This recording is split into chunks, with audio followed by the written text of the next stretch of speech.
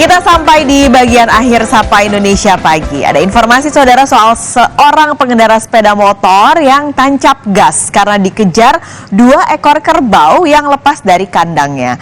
Kejadian ini terekam CCTV dan viral di media sosial.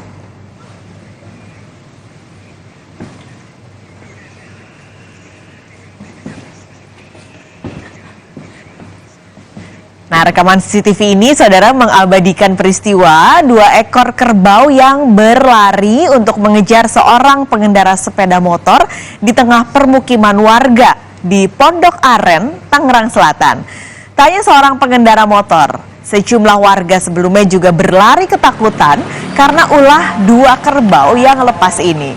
Satpam perumahan pun berusaha mendekati kerbau dan menangkapnya. Namun tanpa diduga, kerbau tersebut berubah beringas dan berusaha menyerang. Hal ini membuat satpam dan warga lain berlarian menyelamatkan diri. Meski tidak ada korban dan cukup mengkhawatirkan, warga mengaku terhibur dengan kejadian ini. Nggak sengaja juga sih, kebetulan kami pulang dari sholat subuh dari masjid. Ya, setelah pulang dari sholat masjid, mampir di pos ini sebentar ngobrol-ngobrol sama security yang jaga.